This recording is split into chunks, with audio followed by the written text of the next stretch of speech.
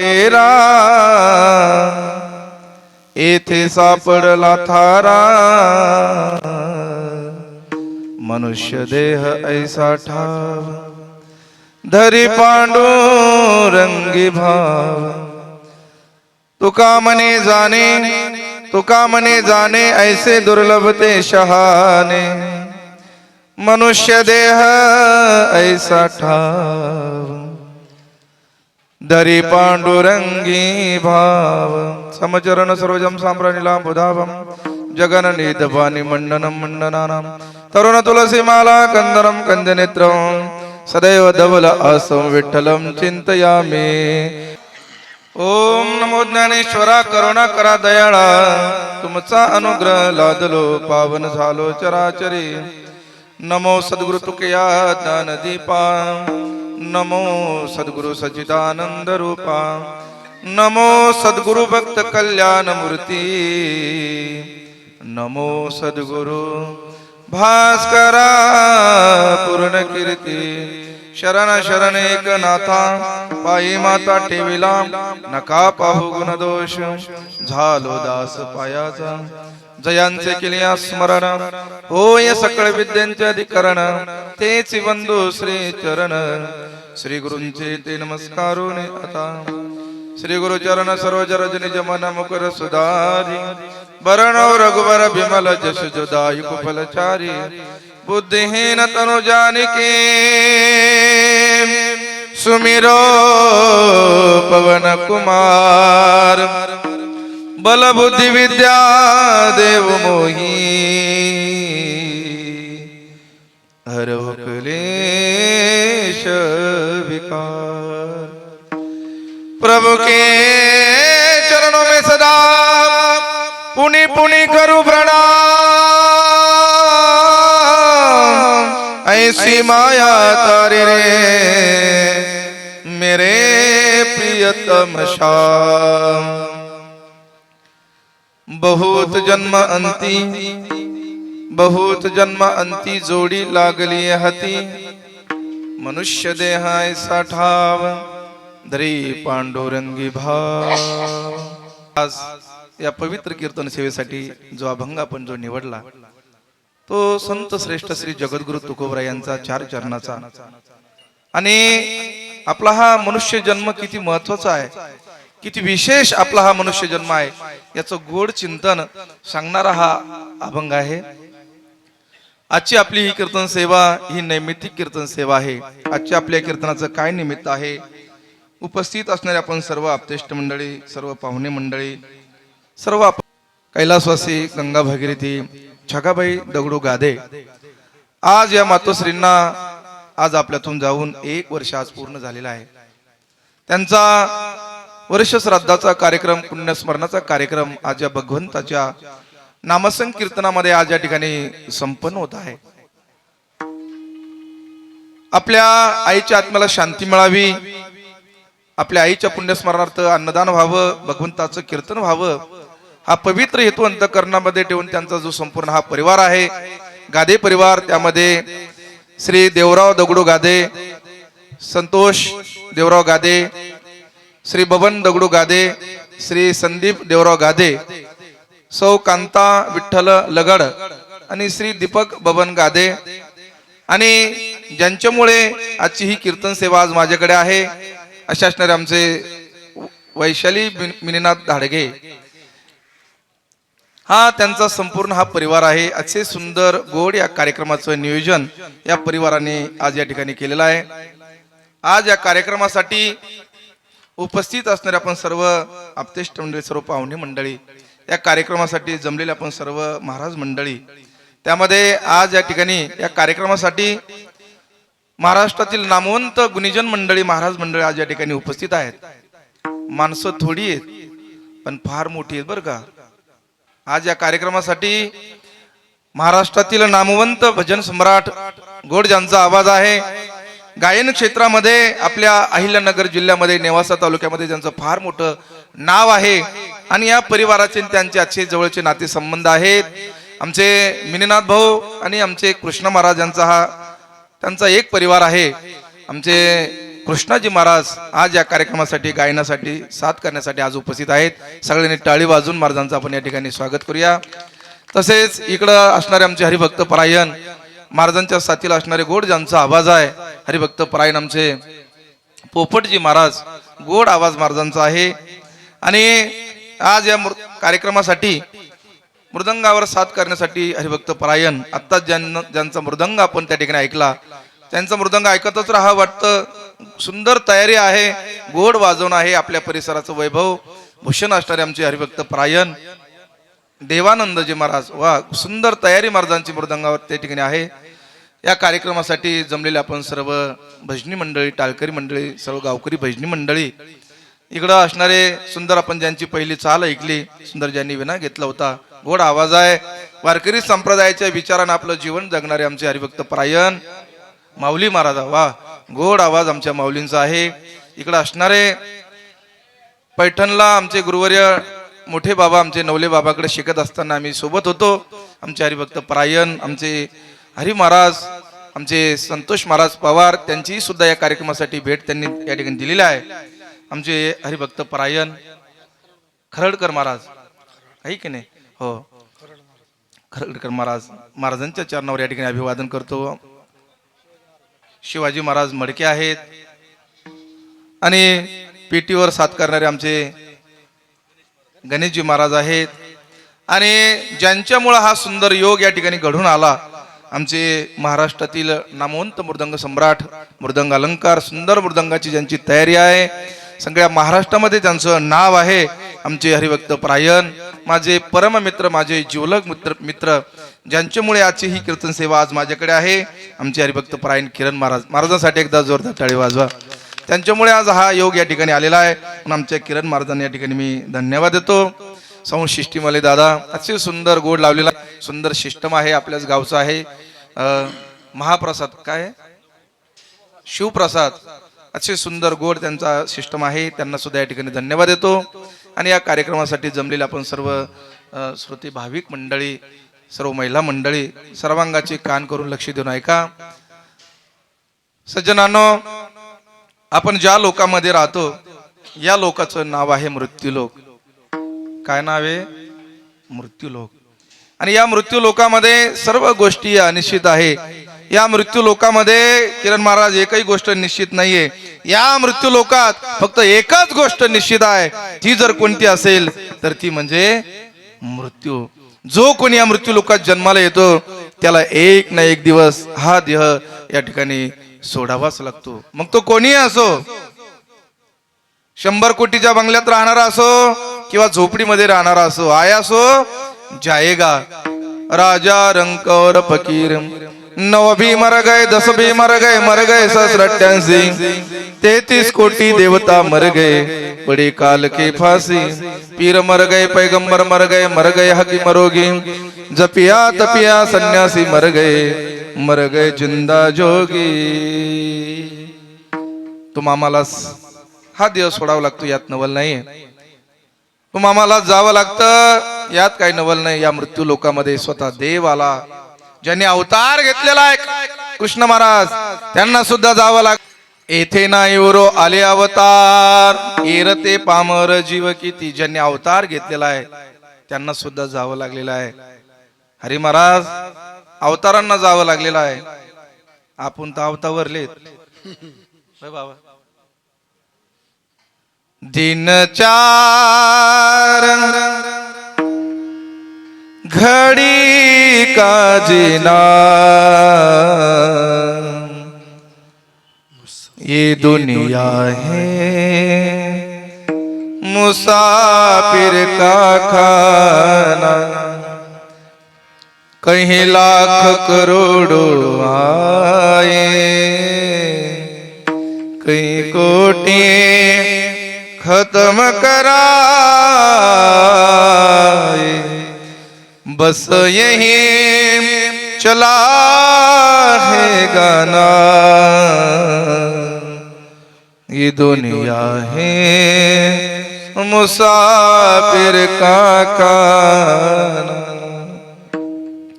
हे तुमचं माझं जीवन आहे। तुम्हाला या मृत्यू लोकात यावंच लागतं। आपण या मृत्यू लोकात आलो नाही, आपल्याला यावं लागलेलं आहे. कशासाठी? अगा कर्मी जे उरावे तै सुखदुःखी फळावे, तया ते भोगावया यावे देहा एका. केले कर्म झाले तेची भोगा आले.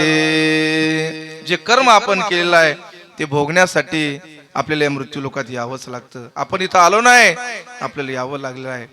ऐका, आणि कर्म हे कधीच कोणाच्या बापाला चुकत नाही. ललाटीचे लिहिले तेन मोडे काही केले. कर्म हे कधीच कोणाला चुकत नाही. तुम्हा आम्हाला कर्म भोगावं लागतं, यात नवल नाही. या जगाचा चालक मालक असणारा तो भगवान, तो देव, त्या देवाला सुद्धा हे कर्म चुकत नाही. का म्हणे कर्म लेखा कधी न चुके ब्रह्माधिका. कर्म हे देवाधिकाला सुद्धा चुकत नाहीये. आपण सर्व जुने मंडळी आहोत. रामायण महाभारत सगळे ग्रंथ आपण ऐकलेले आहे, आपल्याला सर्वांना ज्ञात आहे. ज्या वेळेस श्रीराम प्रभू वनवासाला जातात, कैकेयी मातेनं दशरथ राजाकडे 2 वर मागितले. एका वरानं भरताला गादी, दुसऱ्या वरानं रामाला वनवास. आणि बघा, ज्या श्रीराम प्रभूचा राज्याभिषेक सोहळा होणार होता, श्रीराम प्रभू अयोध्येचे राजे होणार होते, सगळ्या अयोध्येला आनंद झाला.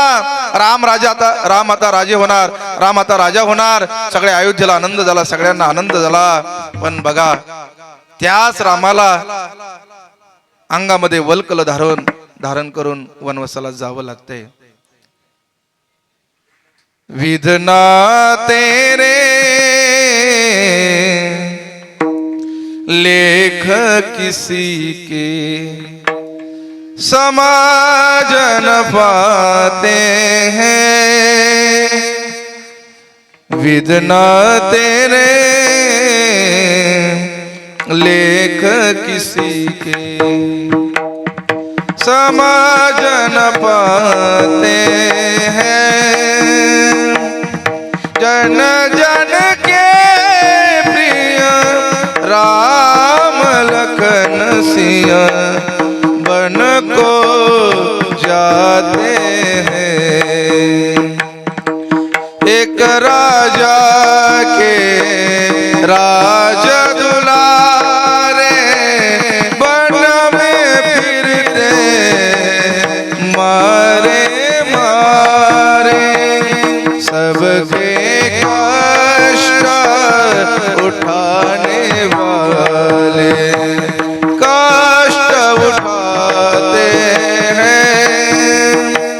जन जन के प्रिय राम लखन सिया बन को जाते हैं, बन को जाते हैं.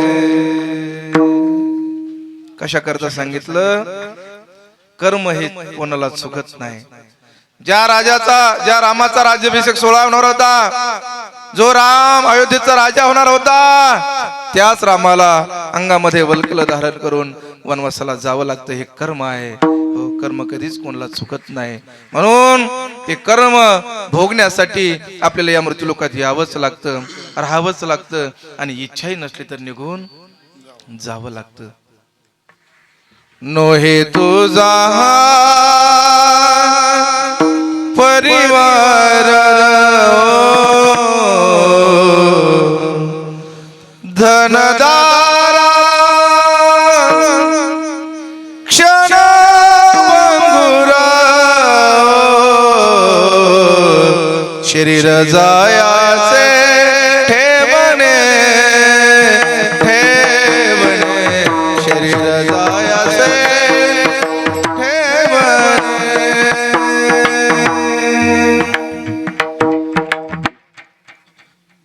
या जगामध्ये सगळ्या गोष्टीला परिहार आहे, परंतु मृत्यू याची एकच गोष्ट अशी आहे, ती अपरिहार्य आहे.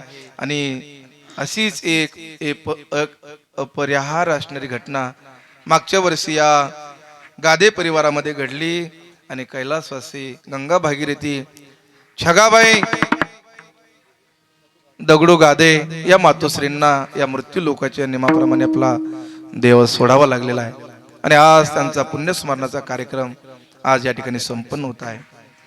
आज या कीर्तनासाठी जो अभंग जो आपण आज जो निवडला तो संत श्रेष्ठ श्री जगद्गुरु तुकोबरायचा आहे. आणि या अभंगामध्ये जगद्गुरु तुकोबरायांनी आपल्या या मनुष्य देहाचं वर्णन केलेलं आहे.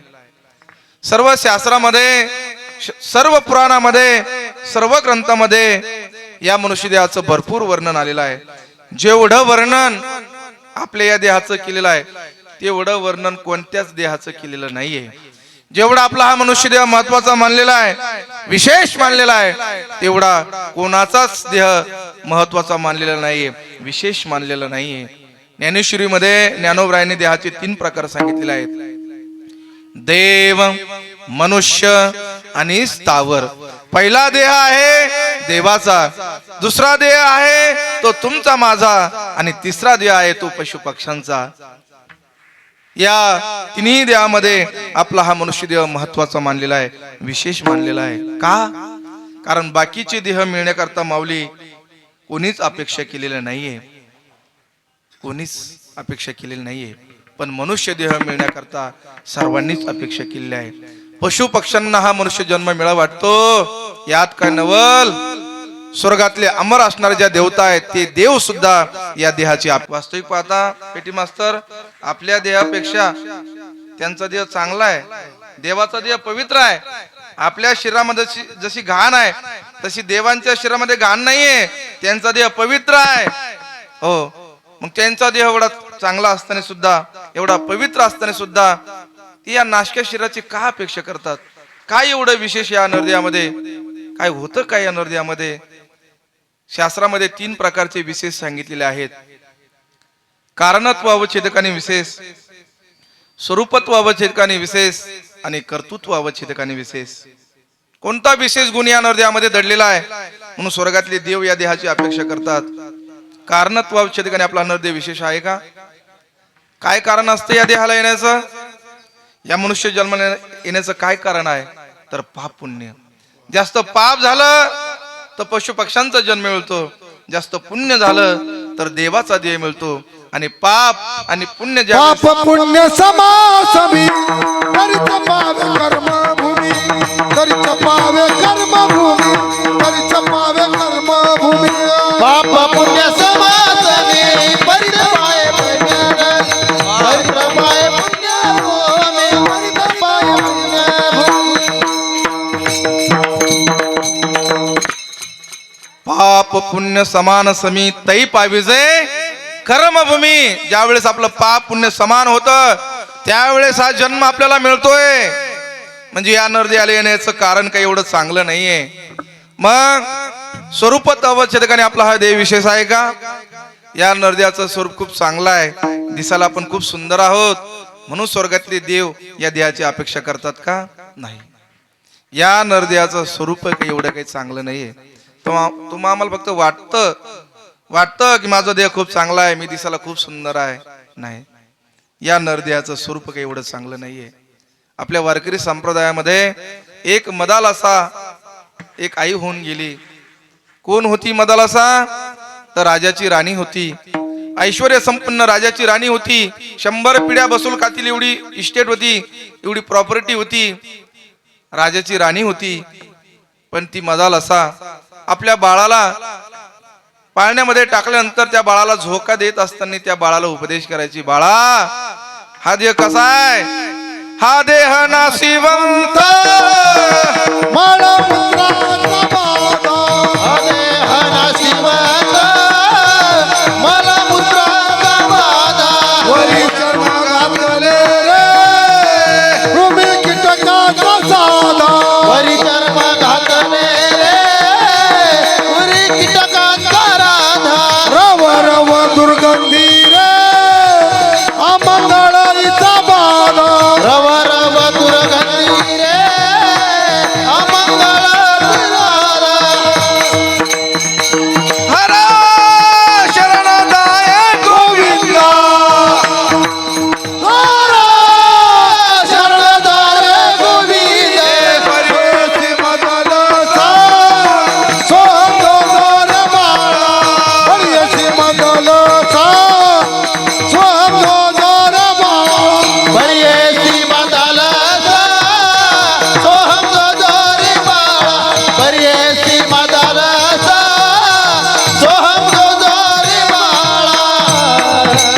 पाळण्यामध्ये उपदेश करायची, बाळा हा देह नशिबान आहे, हा देह जाणार आहे, या देहाला काळ खाणार आहे, या मोह मायामध्ये तू गुंतू नको, अरण्यामध्ये जा, त्या देवाची त्या भगवंताची साधना कर, भक्ती कर, त्या देवाला प्राप्त करून घे, अशी ती मदालसा आपल्या बाळाला उपदेश करायची. सांगायचा मुद्दा फक्त एवढाच आहे की या नरदेवाचं स्वरूप काही एवढं चांगलं नाहीये, मग कोणता विशेष गुण या नरदेवामध्ये दडलेला आहे, म्हणून स्वर्गातले देव जे अमर असणारे देवता आहे त्या या देहाची अपेक्षा करतात. तर ऐका, कर्तृत्व अवच्छेदकाने आपला हा नरदेव विशेष आहे. या देहाला आल्यानंतर जे कार्य करता येतं, जी क्रांती करता येते, ते इतर देहात करता येत नाही. उत्तम सार उत्तम गती, नरदेह निदान लागले हाती, उत्तम सार उत्तम गती, त्या भगवंताला प्राप्त करून घेण्याचं ज्ञान फक्त याच देहामध्ये आहे. त्या देवाचं भजन फक्त याच देहामध्ये होतं, इतर देहामध्ये हे ज्ञान नाहीये. नाही ज्ञान नाही कोठे, नाही कोठे अधिक ज्ञान, नाही कोठे अधिक ज्ञान. हेची देही गळे देवाचे भजन आणि कहे ज्ञान नाही कोठे, आणि कहे ज्ञान नाही कोठे. हेच देही गळे देवाचे भजन, कहे ज्ञान नाही कोठे, आणि कहे ज्ञान नाही कोठे. याच देही घडे देवाचे भजन आणि कहे ज्ञान नाही कोठे. त्या देवाचं भजन करण्याचं ज्ञान, त्या देवाला प्राप्त करून घेण्याचं ज्ञान फक्त याच देहामध्ये आहे, इतर देहामध्ये हे ज्ञान नाहीये. म्हणून सज्जनांनो आपला हा नरदेव विशेष मानलेला आहे, महत्वाचा मानलेला आहे. म्हणून ते स्वर्गातले देव, ते देव सुद्धा आपल्या या देहाची काय करतात, अपेक्षा करतात. म्हणून तुकोबराय तुम्हा मला या अभंगामध्ये, या अभंगातून सावध करतात की अरे बाबा, खूप जन्माच्या अंती तुला हा देह मिळालेला आहे, खूप जन्माच्या अंती ही जोडी तुझ्या हाताला लागलेली आहे. बहुत जन्म अंती जोडी लागली हती, खूप जन्माच्या अंती ही जोडी तुझ्या हाताला लागलेली आहे. बहुत जन्म अंती जन्मलासी नरा, देव तू सोयरा करी आता. आमचे नाथ बाबा सुद्धा सांगतात खूप जन्माच्या अंती हा देह मिळालेला आहे. महाराज कळालं आम्हाला, पण थोडंफार तर गणित सांगा ना, किती जन्माच्या अंती. तर आपण काकड्यामध्ये एक अभंग म्हणतो रोज, 84 लक्ष योनी फिरता दुःख भोगिले. 84 लाख योनीमध्ये आपल्याला फिरावं लागतं, एका योनीत एकदा नाही. नाथ बाबा सांगतात एक एक योनी कोटी कोटी फेरा, एका योनीमध्ये 1 कोटी वेळेस. अशा किती योनी फिरायच्या आपल्याला, 84 लाख योनी फिरायच्या आहे. मग लागे वारा मनुष्य देहाचा, म्हणजे या देहाला येत असताना हा देह आपल्याला सहज मिळालेला नाहीये. या मनुष्य जन्माला येत असताना आपण जवळून आलेलो नाहीये, दुरून आलो मी गा, दुःख झाले दारुण. या देहाला येत असताना आपण जवळून आलेलो नाहीये, सहज आपल्याला हा देह मिळालेला नाहीये, खूप लांबून आपण या मनुष्य जन्माला आलेलो आहे. आणि इथं येऊन, या मनुष्य देहाला येऊन जर आपण परमार्थ केला नाही, चांगलं कर्म केलं नाही, त्या देवाची भक्ती केली नाही, भजन केलं नाही, तर पुन्हा त्या जन्म आणि मरणाच्या ज्या दुःखामध्ये, त्या जन्म आणि मृत्यूच्या फेऱ्यामध्ये आपल्याला पडावं लागणार आहे. कारण चुकली यावर मग फेरा पडे. म्हणून या जन्म आणि मरणाच्या फेऱ्यातून, या दुःखातून आपल्याला जर सोडवणार जर कोण असेल तर तो भगवान परमात्मा आहे. म्हणून आमचे तुकोबराय एका ठिकाणी म्हणतात, नको नको मना गुंतू माया जाणे, नको नको मना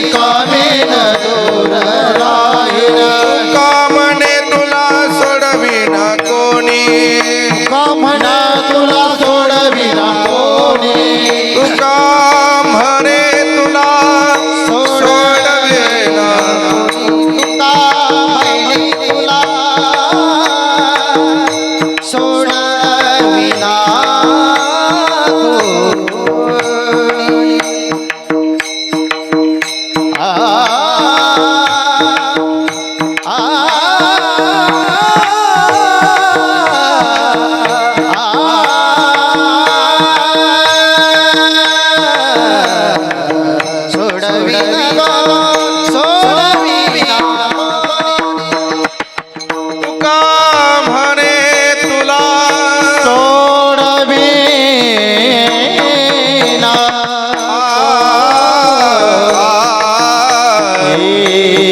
सोडवीरा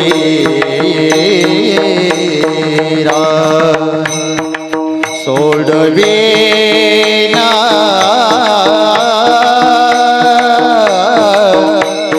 सोडवीरा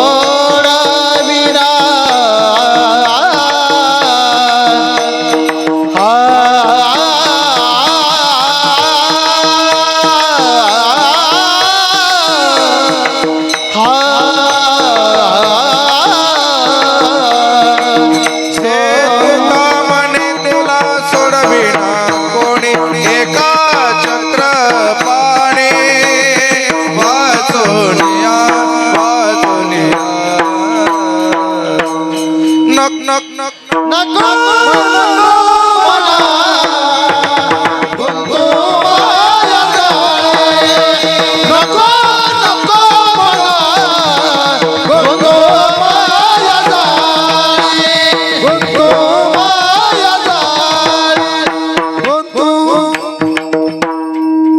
तुका म्हणे तुला सोडविना कोणी एका चक्रपाणी वाचून या त्या भगवान परमात्म्याशिवाय या जन्माने फेऱ्यातून आपल्याला कोणी सोडवणार नाहीये. म्हणून तू कोरा म्हणतात खूप जन्माच्या अंती हा देह तुला मिळालेला आहे, खूप जन्माच्या अंती ही जोडी तुझ्या हाताला लागलेली आहे. तू आता फक्त एकच काम कर. काय काम कर? महाराज उत्तर दे. मनुष्य देहायचा ठाव धरी पांडुरंगी भाव. तू कोरा म्हणतात खूप जन्माच्या अंती या मनुष्य देहाचा ठाव ठिकाण तुला आता लागलेला आहे. आता फक्त तू एकच काम कर. धरी पांडुरंगी भाव. त्या पांडुरंगावर भाव धर, त्या पांडुरंगाचं भजन कर. या मनुष्य देहाला आल्यानंतर परमार्थ करणं, भगवंताची भक्ती करणं हेच या मनुष्य देहाचं प्रमुख कार्य आहे. बाकीचे कार्य हे प्रमुख नाहीये. तू का म्हणे जन्म आल्याचे सार्थक विठ्ठलची एक देखलिया. त्या भगवंताच्या भक्तीमध्ये, त्या भगवान परमात्म्याच्या प्राप्तीमध्ये या मनुष्य देहाचं काय आहे? सार्थक आहे. म्हणून तू कोबरा म्हणतात मनुष्य देहायचा ठाव धरी पांडुरंगी भाव. त्या पांडुरंगावर भाव धर, त्या पांडुरंगाचं भजन कर. कारण त्या भगवंताने अनमोल किमतीचा देह हा तुम्हाला या ठिकाणी जो दिलेला आहे, देवे दिला देह भजना गोमटा तो या झाला पटा बाधिकेचा. दिले इंद्रिय हात पाय कान डोळे मुख बोलाया वचन. जेने तू जोडसी नारायण नासे जीवपण भवरो. सुंदर देह भगवंताने आपल्याला का मानव देह अल्लाने तुझ दिया. पण आपण काय केलं? खाया पिया सुख से सोया नाहक जमाना खोया. सुंदर देह दिला देवाने आपल्याला. है आँख जो श्याम का दर्शन किया करे, है सिर जो प्रभु चरण में वंदन किया करे. बेकार मुख है जो रहे व्यर्थ बातों में, मुख है जो भगवान का स्मरण किया करे. हीरे मोती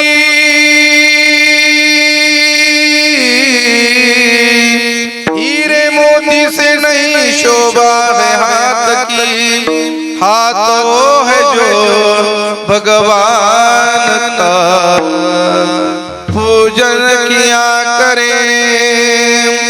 मर कर भी अमर नाम है उस जीव का जग में, प्रभु प्रेम में बलिदान जो जीवन किया करे. ऐसी लागी लगन लागी लागी रे लगन लागी लागी रे. सुंदर देह भगवंताने आपल्याला दिलेला आहे, देवाच्या भजनासाठी दिलेला आहे, भक्तीसाठी दिला आहे. म्हणून सज्जनांनो, होता होईल तेवढा परमार्थ त्या देवाचं भजन सत्कर्म भक्ती आपण आपल्या जीवनामध्ये केली पाहिजे. परमार्थ हा करावा लागतो आणि संसार हा होत असतो तो संसार, आणि करावा लागतो तो परमार्थ. तुम्ही म्हणता महाराज संसार तर आम्ही केल्यामुळे होतो, आम्ही जर संसार केला नाही तर संसार कसा होईल, आणि त्या परमार्थाचं काय घेऊन बसले एवढं, तो केला काय नाही केला काय, त्या देवाच्या भजना वाचून भक्ती वाचून परमार्थ वाचून इथं काही आमचं आडत नाहीये, तुमचं इथं आडणार नाही. पण ज्यावेळेस तुम्हाला इथून जायचंय म्हणजे प्रसाद घेतल्यावर घरी नाही, वर तिथं मात्र तुमचं आडल्याशिवाय राहणार नाही. मारिती झोडीती तोडीती निष्ठोर यमाचे किंकर बहुसाल, तिथं मात्र तुमचं आडल्याशिवाय राहणार नाही. म्हणून होता येईल तेवढा परमार्थ आपण आपल्या जीवनामध्ये केला पाहिजे. परमार्थ हा करावा लागतो आणि संसार हा होत असतो. तरी तुम्ही म्हणता नाही हो महाराज संसार आम्ही केल्यामुळे होतो. तुम्हाला इथून पुढे वाटत असेल की संसार हा आपण केल्यामुळे होतो. मी तुम्हाला इथून मागचं विचारतो, मला सांगा संसार हा आपण केला तसा झाला की जसा व्हायचा तसा झाला? बाबा संसार हा आपण केला तसा झाला की जसा व्हायचा तसा झाला? जसा व्हायचा तसा झालेला. आपण केला तसा झालेला नाहीये. आणि संसार जर आपण केला तसा झाला असता आपण इथून मागच श्रीमंत झाला असतो, इथून मागच आपण सुखी झाला असतो. ठीक आहे नाही? कारण जे काय करायचं होतं ते आपल्याला इथून मागच करायचं होतं. ठीक आहे नाही? आपल्याला मस्त वाटतं आपल्याला की दरवर्षी एका एकर मध्ये 100 टन ऊस जायला पाहिजे. वाटते की नाही? आपल्याला मस्त वाटतं एका पिशीला 25 क्विंटल कापूस व्हायला पाहिजे. वाटते की नाही? अहो तुम्हालाच काय आम्हाला सुद्धा वाटतं. पण इथं आपल्या वाटण्याला काही अर्थ नाहीये. हो, ऑगस्ट सप्टेंबर पर्यंत खूप माल चांगले होते, खूप भारी भारी कपाशी होत्या, भारी भारी ऊस होते, खूप सुंदर पीक आलं होतं. असं वाटत होतं की आता भरपूर त्या ठिकाणी उत्पन्न होईल, भरपूर कापूस होईल. पण एकच महिन्यामध्ये होत्याचं नव्हतं झालं. तुमच्याकडे तर बरं आहे, मला तुमचा भाग जरा चांगला दिसतोय. पण तुम्ही जर कधी आमच्या तिकडे आले ना महाराज, काही राहिलं नाही, काहीच शिल्लक राहिलं नाही. हो, आपल्याला मस्त वाटतं पण इथं आपल्या वाटण्याला काही अर्थ नाहीये. हो, म्हणून दादांनो परमार्थ हा केला पाहिजे. आणि संसार हा होत असतो संसार करावा लागतो तो परमार्थ. पण जेवढे कष्ट आपण आपल्या संसारासाठी करतो, जेवढे कष्ट आपण आपल्या संसारासाठी करतो तेवढे आपण परमार्थासाठी करत नाही. माऊली सांगतात सायासे करीसी प्रपंच दिननिसी हरीसी न बदसी कोण्या गुणे. किती कष्ट करतो माणूस संसारासाठी. मुला मुलीच्या लग्नासाठी किती धडपड करतो, किती कष्ट करतो. तेवढे सप्त्यासाठी करतो का आपण? नाही का? कारण आपण आपल्या डोक्यामध्ये एक गणित केलं आहे, ज्या माणसाकडे भरपूर पैसा आहे तो माणूस श्रीमंत आहे आणि श्रीमंत माणूस या जगात सुखी आहे. ज्या माणसाकडे पैसा नाही तो माणूस गरीब आहे आणि गरीब माणूस या जगात दुःखी आहे. असं गणित आपण आपल्या डोक्यात केलेलं आहे. पण ऐका, हे गणित चुकीचं आहे. हो, तुम्हाला श्रीमंत माणसाची श्रीमंती वरून जरी दिसत असली पण श्रीमंत माणूस हा आतून दुःखी आहे. गरीब माणसाची गरिबी जरी तुम्हाला वरून दिसत असली पण गरीब माणूस हा खरोखर आतून सुखी आहे. कस काय? त्याचे काही लक्षण मी तुम्हाला सांगतो, ऐका. गरीब माणसाला अगोदर भूक लागते, गरीब माणसाला भूक लागते आणि नंतर तो जेवायला बसतो. जेवायला बसल्यानंतर एवढा जेवतो जोपर्यंत समोरचे लोक वाढत राहतात पंक्तीमध्ये तोपर्यंत जेवतो महाराज. हे की नाही? तसं श्रीमंत माणसाचं आहे का? श्रीमंत माणसाला भूक नाही लागत, त्यांना गोळ्या घ्याव्या लागतात. हो, भूक लागायची. 2 वाजले पत्नी सांगते अहो तुमचा गोळ्या घ्यायचा टाइम झाला, 2-3 घास घ्या खाऊन. बरं, ताटावर बसल्यानंतर खाण्यापेक्षा न खाण्याचे पदार्थ जास्त. तेलकट चालत नाही, बीपी वाढतो. गोड चालत नाही, शुगर आहे, चिकट चालत नाही, पोटात आग पडते, खाण्यापेक्षा न खाण्याचे पदार्थ जास्त. मला सांगा, ज्याला असून खाता येत नाही तो सुखी का ज्याला खाता येतं तो सुखी? कोण सुखी आहे? ओ आमचा वारकरी एखाद्या श्रीमंत माणसाच्या बंगल्यामध्ये पंगत राहते, अहो 10 20 गुलाबजाम खातोय, आणि तो शेजारी बसलेला असतो, त्याला फक्त बाजरीची आपली ज्वारीची भाकर आणि ते वरणाचं पाणी दिलेलं असतं, नुसतं पाणी. आणि आमचा वारकरी 20 गुलाबजाम त्या ठिकाणी खातो. मग मला सांगा, कोण सुखी आहे जगात? ज्याला खाता येतं तो सुखी आहे, ज्याला खाता येत नाही तो कशाचा सुखी? आणखीन एक लक्षण सांगतो, गरीब माणसाला अगोदर झोप लागते, गरीब माणसाला अगोदर झोप लागते, नंतर तो अंग टाकतो. श्रीमंत माणसाला झोप नाही लागत, त्यांना झोपीच्या गोळ्या घ्याव्या लागतात, मग झोपीची वाट पाहावी लागते. आता दरवाजेतून येते किंवा खिडकीतून येते, त्यांना झोप नाही लागत. सोनेवाले सोना नाही, सोनेवाले सोना नाही. हो, अहो गरीब माणूस कुठं राहतो, कसा राहतो, कसा खातो, कोणाचं खातो, कधी खातो, किती खातो. आता या 10-5 वर्षापूर्वी जरा काळ सुधारला, सगळी जुनी मंडळी आज कार्यक्रमासाठी उपस्थित आहेत. मला सांगा, पूर्वी जर माणूस शेतामध्ये जर आऊत हाणायला गेला तर माणूस कुठलं पाणी प्यायचा माऊली? हा, सरळीचं पाणी प्यायचा. बरं ते पाणी त्यानं एकट्यानंच? नाही नाही नाही, बैल सुद्धा तिथंच, कुत्रे सुद्धा तिथंच, धोतर सुद्धा त्याच्यातच पिळायचं. फक्त पाणी प्यायच्या वेळेस पाणी असं बाजूला करायचं, ते पाणी प्यायचं. ते पाणी पिऊन कधी सर्दी नाही, कधी कोणता आजार नाही. हो, मग मला खरं सांगा, कोण या जगात सुखी आहे? हा, म्हणून दादानो, परमार्थ हा केला पाहिजे, परमार्थ हा करावा लागतो आणि संसार हा होत असतो.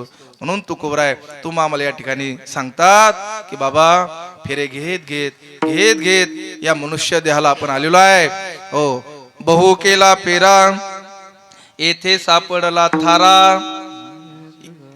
फेरे घेत घेत आपण या देहाला आलेलो आहे, आणि हा मनुष्य जन्माचा फेरा आता या नगराला आला तर आला, आता मागुता येईल फेरा, येतो न घडे या नगरा, आता आला तर आला. या मनुष्य जन्माचा फेरा हा देह तुला आता मिळाला तर मिळाला, पुढे मिळेलच हे काही सांगता येणार नाही. आणि हे ज्यांना कळालं की खूप जन्माच्या अंती हा देह मिळालेला आहे, खूप जन्माच्या अंती ही जोडी आता आपल्या हाताला लागलेला आहे, आता भजन केलं पाहिजे, परमार्थ केला पाहिजे, सत्कर्म जीवनामध्ये केलं पाहिजे, हे ज्यांना कळालं त्याला तुकोबराय शहाणं म्हणतात. स्वसी गंगा भागीरथी छगाबाई दगडू गादे यांच्या प्रथम पुण्यस्मरणाच्या निमित्तानं आज आपण सर्व एकत्र आहोत. अतिशय सुंदर गोड हा कार्यक्रम या परिवाराने या ठिकाणी केलेला आहे. खरोखरच सर्व गादे परिवाराला, त्यांच्या मुलाला, त्यांच्या मुलीला, त्यांच्या नातवांना मी मनापासून या ठिकाणी धन्यवाद देतो. या ठिकाणी कैलासवासी सौ शिलाबाई बबन गादे, कैलासवासी सौ उषाबाई देवराव गादे यांच्या स्मरणार्थ वृक्ष वाटपाचा कार्यक्रम या ठिकाणी आहे. आमच्या असणाऱ्या सौ वैशाली मिनीनाथ धाडगे ही त्यांची नात आहे, त्यांची नात जावई आहेत. या ठिकाणी वृक्ष वाटप या ठिकाणी करणार आहेत. या कार्यक्रमासाठी ज्यांची भेट आहे, या परिवारावर नितांत ज्यांचं प्रेम आहे, अशा असणारे आमचे हरिभक्त प्रायण मोहन महाराज सोडके महाराजांची उपस्थिती या कार्यक्रमामध्ये आहे. त्यांच्यासाठी एकदा जोरदार टाळी वाजवा. या कार्यक्रमासाठी संत सावता महाराज दिंडी चालक, संत सावता महाराजांची फार मोठी दिंडी बाबांची त्या ठिकाणी आहे. या कार्यक्रमासाठी ज्यांची उपस्थिती आहेत, भक्षण पाटील चावरे, नजीक चिंचोली सरपंच, आमचे सरपंच साहेब या ठिकाणी उपस्थित आहेत. त्यामध्ये आणखीन नाईक साहेब, सावता पतसंस्था, समता पतसंस्था या बँकेचे असणारे मॅनेजर आमचे नाईक साहेब, त्यांची उपस्थिती आहे. त्यांना सुद्धा या ठिकाणी मी मनापासून या ठिकाणी धन्यवाद देतो.